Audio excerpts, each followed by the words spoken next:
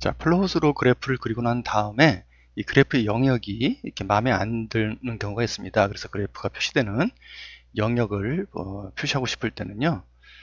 디폴트로 만들 때는 그 영역이 가급적 모든 화면에 포함되도록 플롯 화면을 자동적으로 잡습니다. 그래서 이렇게 됐지만 이 플롯의 모양을 마이너스 1서부터 9까지 그리고 y는 마이너스 1서부터 3까지로 잡고 싶다. 그렇게 할 때는 엑시스 명령을 써줘서 바꿀 수가 있습니다. 그래서 그 상태에서 엑시스 이렇게 쳐주면요.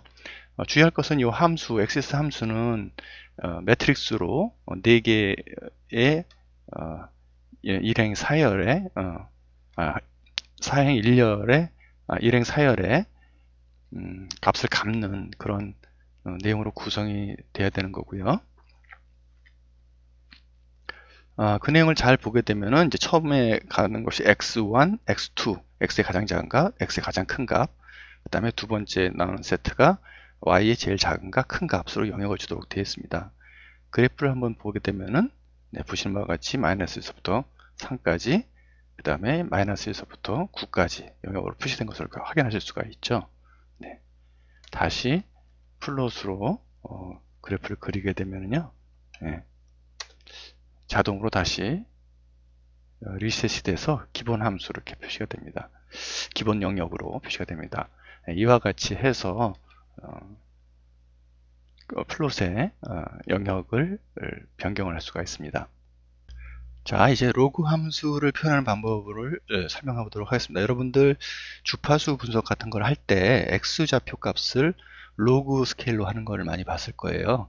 그래서 대수 스케일로 주파수의 영역을 잡는 건 큰 의미가 없고요. 그 변화가 일십, 백, 천만 뭐 이런 식으로 X좌표의 값들이 서로 로그 스케일로 변할 때 그때 이제 주파수 특성들이 상당히 유의미해지죠. 그래서 그런 변화를 로그를 적용을 해서 로그 스케일로 했을 때 공학적으로 많은 이제 이점이 있는 걸 확인할 수가 있습니다. 먼저 데이터를 한번 생성해 보도록 할까요? 먼저 린스페이스로 해서 100개의 데이터를 만들고요. 그 100개의 데이터에 해당하는 y좌표 값을 이런 함수를 집어넣도록 하죠. 그러면 이 함수는 뭐냐 하면은 2의 x승, 지수 함수죠. 곱하기 x의 백승이에요. 그러니까 뭐 이 x의 백승은 상당히 빨리 값이 커져 버리죠.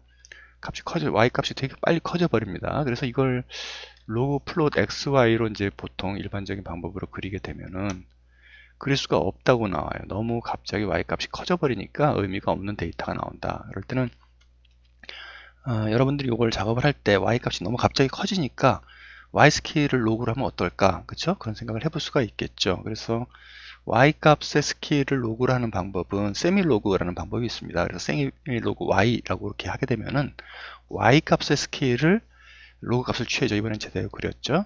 그래서 y 값을 단위를 일십, 백, 천만 그런 크기로 잡습니다. 근데 x 값의 스케일, 여러분들 주파수 분석할 때 x 값의 스케일이 로그 스케일이죠. 일십, 백, 천만 그런 식으로 할 때 그럴 때는 x가 로그 스케일로 돼야 되니까 이 y 값을 x로 바꿔주면 됩니다. 그러면은 x보다 큰 값에 대해서 로그 스케일로 그 변화를 감지할 수가 있죠. x, y를 두 개를 다 로그 스케일로 하고 싶다 그럴 때는 로그라고는 명령어를 사용하면 됩니다. 일단 이 내용이 어떻게 그려졌는지 한번 살펴보도록 할까요? 그래서 그 내용을 한번 살펴보면요. 네. 자, 이런 식으로 이제 y 값이 보면 로그 스케일로 되어 있습니다. 그 크기 값이 이렇게 줄어들면서 패턴을 좀 어느 정도 우리가 볼 수가 있게 되죠. 그래서 많이 패턴이 진행될수록 증가는 하는데 증가하는 패턴이 처음에 급격히 증가하다가 뒤로 갈수록 이제 이렇게 증가의 패턴이 이제 줄어들게 되죠. 이 수식은 수식에서 처음에는 2의 x승의 영향을 받다가 그죠? 뒤로 갈수록 뭐의 영향을 받습니까? 그쵸? x의 백승의 영향을 이렇게 받는 거죠. x 값이 커짐에 따라서. 그래서 그 그래프적으로 우리가 더 의미 있는 해석을 할 수가 있게 되는 것이고요.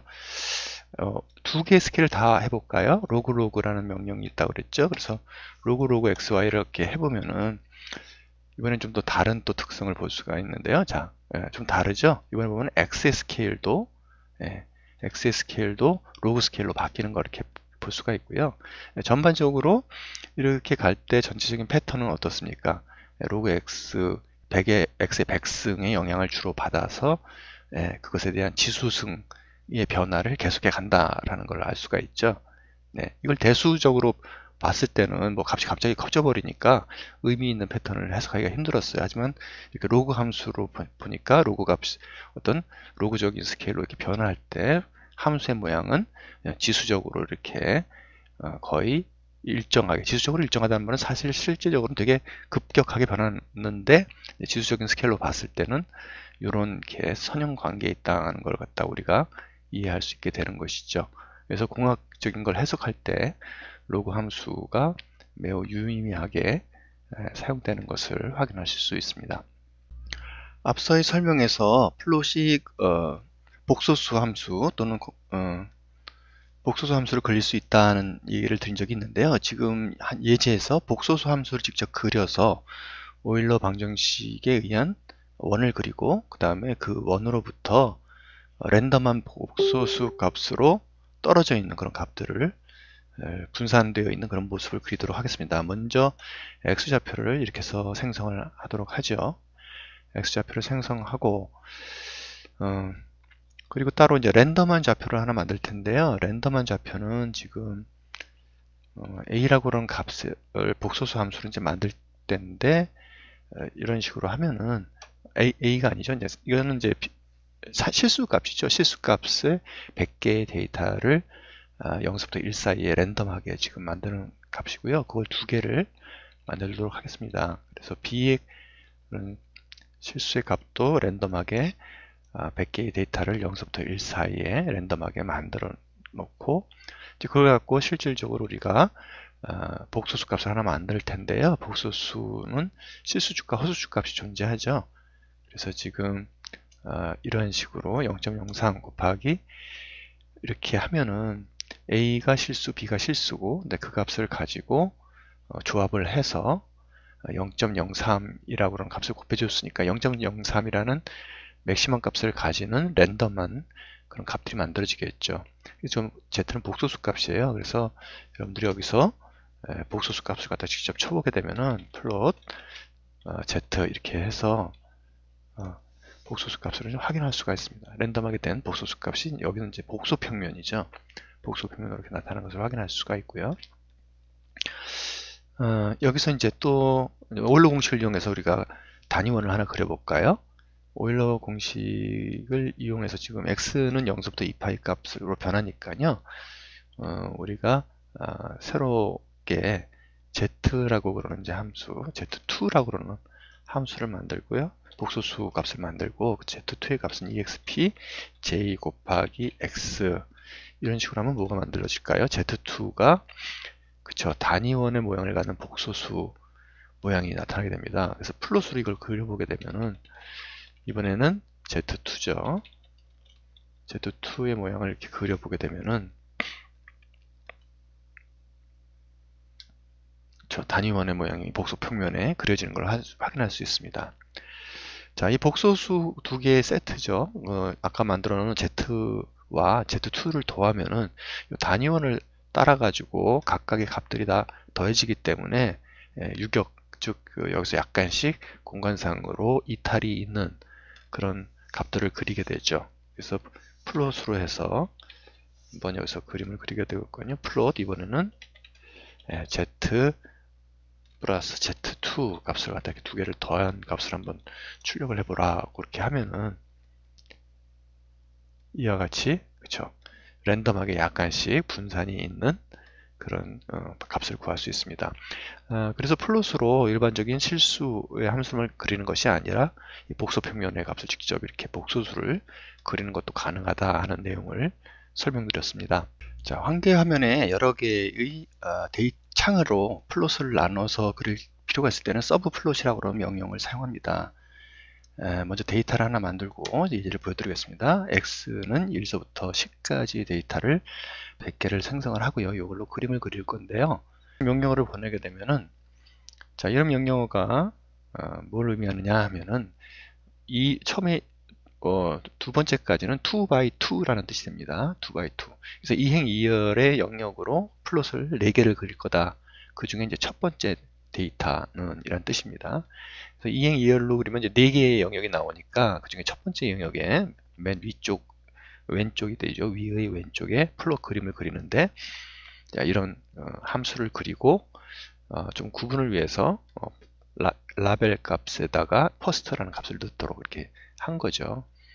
그래서 그림을 보게 되면은, 죄송합니다. 이 포도 먼저 그려서 그림 바람에 이렇게 나타났어요. 이거를 깔끔하게 하고 싶으면 어떻게 하면 되죠? 네, CLF 또 쓰면 되겠죠? CLF 하고, 그 다음에 다시 이제 첫 번째 그래프 데이터만 이렇게 그림을 그리게 되면은 화면에 첫 번째 값만 이렇게 나타나게 되겠죠.